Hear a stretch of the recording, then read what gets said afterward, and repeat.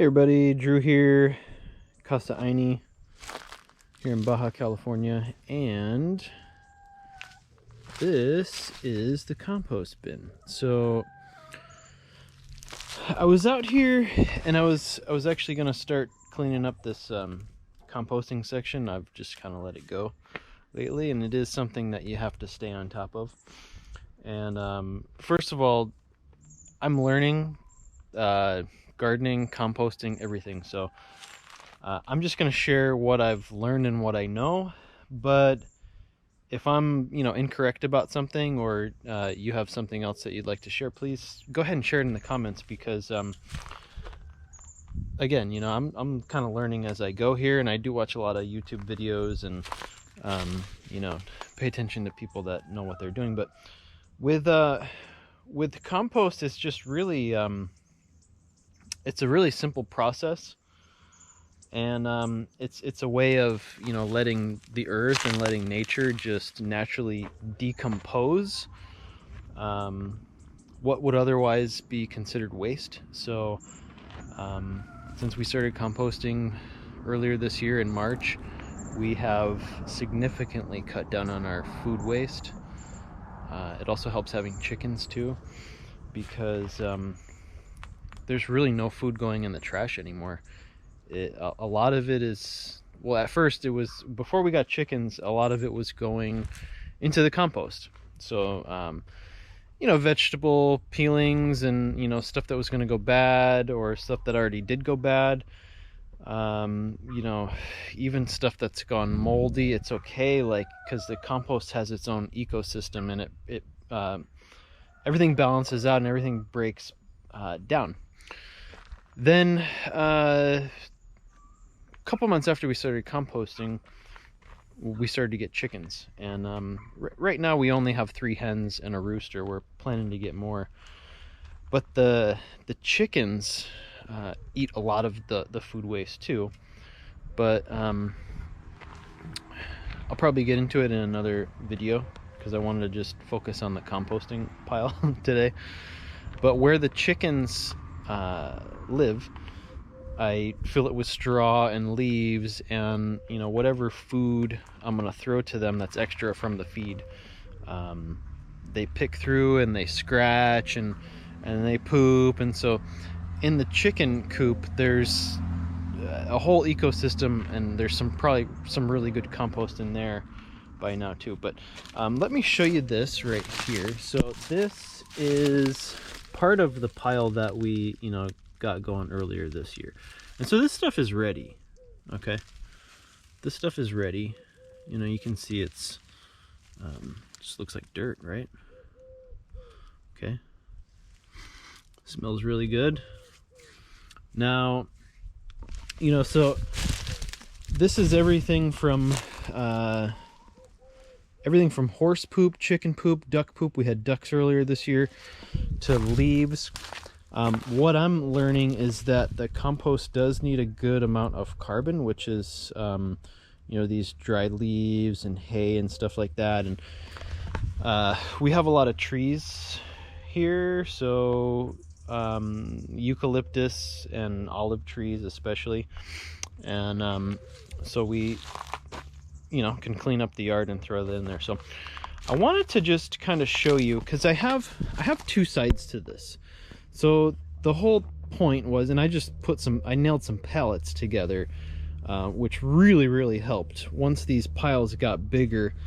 And one of the things I'm finding is that for it to really achieve a good temperature, a nice warm temperature for the composting to take place, it's good to have a pile that's like 3 cubic feet, or like a meter. That way in the center it can heat up and do its thing, and that radiates out. And then I'm also finding giving it a good turn once a week to let the air in. It does require water. It's just really like any other living thing, just like a human or an animal. It just needs a few basic things to do its thing. And So while we're, as humans, creating more waste than ever before, we could really, if we just look no further from you know, what we're doing at our home, and it doesn't have to be perfect, but it's like what we're learning to do is just, you know, one step at a time. You know, you don't have to start this huge, big, elaborate garden or a huge, elaborate compost pile or rainwater collection. You know, you just do things little by little, do things one at a time, because everything is a step in a good direction. So I wanted to just kind of show you the difference here. So here, this is like ready compost. It's like very well broken down. And then over here, I haven't really turned this one as much as I wanted to. I do let the chickens in here. It was getting pretty close to being ready, but you can see there's still like a lot of bigger leaves. And we've had some windstorms come through, so I've been adding more leaves to it. So because I want this pile on the left, I want to incorporate that into garden soil before I start a new pile there. And so I have all these leaves right here, right, from all these windstorms that we've had. And so what I'm going to do is, because this is kind of slowed down, I just dug through it a little bit today, and it's cold. Okay, so I'm going to add all these leaves in here. I'm going to mix all these leaves in. I'm going to give it a good wetting, and then I'm going to cover it up with some tarp or some plastic, and I'm going to just let that thing heat up and do its thing. Another great thing regarding composting and chickens is the chickens. The chickens want to work. I love the chickens. We had ducks, and they didn't do anything. They're cute and everything, but they don't do anything. The chickens want to work all day, and so I say let them work, you know, and I'm still trying to find ways to allow them to work around here. We have cats that kind of try to hunt the chickens. I'm trying to, well, hopefully we can incorporate them all together sometime soon. But the chickens will break this compost down because they scratch it. They dig through it, they push it down, they let the air in there, and then they pick out bugs, because they can see all these little bugs and microorganisms in there that we don't even see.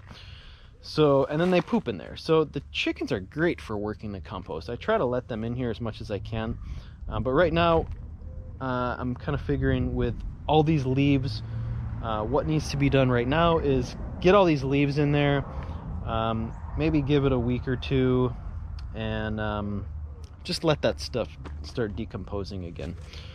And okay, so I'll probably do a little footage on what that's gonna look like. But yeah, thanks everybody. You know, thank you for liking, commenting, subscribing. We're gonna put more videos like this. If you do have anything else you want to share on composting that would be relevant, please do so. And again, you know, I'm just learning as I go. So so yeah, thanks for watching, and yeah, we'll talk to you soon. Much love.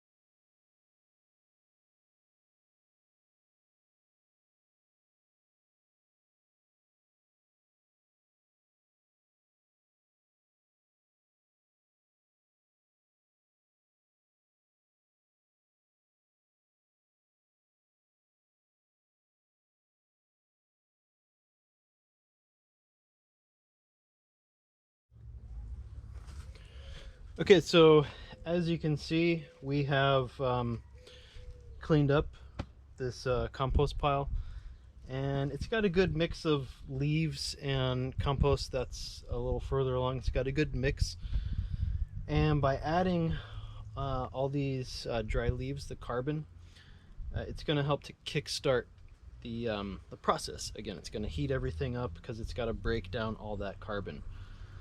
And that's one thing I've learned. You do need a good amount of dried matter, carbon, for these compost piles. So why is it good to compost? You know, not only are we cutting down on our waste, and we're kind of closing the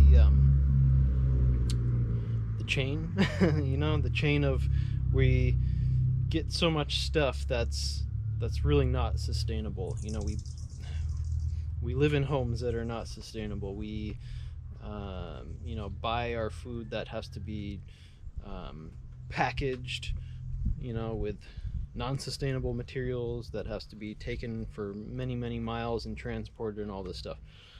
So composting not only cuts down on the waste, but like what this does is this breaks down into really good soil. So all this stuff is going to be so nutrient dense. And you know, once in a while we have a horse next door in the empty lot, and so guess what, I'm over there shoveling shit, you know, because that stuff is gold.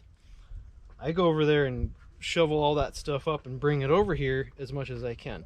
And again, there's chickens that help break this stuff down too, and then they're gonna poop, and so everything just goes right back into the soil. And one of the reasons that I came out here today to do this was because it was messy, and I wanted to get to this compost that's ready, because I'm gonna mix it with some soil that I already have, and maybe some worm castings as well, and get some seeds going for the springtime. So I needed to come out here and do this anyways. But yeah, feel free to share any tips or comments that you have. And thank you for watching. Thank you for subscribing. Thank you for liking and commenting. You know, sharing this with people that you care about. At Casa Ayni, we're constantly being reminded of you know, our relationship with everything. Everything is alive and everything is related, and we have to stop forgetting about that. So, you know, even doing things like this on a smaller scale, it reestablishes that connection to nature, where we come from, and that's what's lacking in our society right now, you know. So anyways, well, that's a whole nother topic. We'll get into that a little bit more later. But here, so have a look. I'm gonna actually, now that I got this nice and wet, because if it's too dry, it's not gonna compost. Okay, so it does need to stay wet. I'm gonna cover this up with some black plastic, and I'm gonna let it sit there for a week. And so probably I'll just give updates. But look at this. Look at this right here. This stuff's already super nutrient dense. So nutrient dense that it's good to just mix it with some regular soil.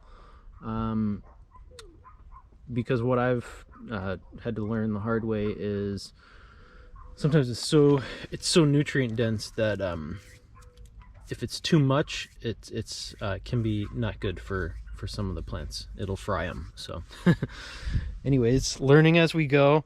Love you all, and then I'll see you on the next video.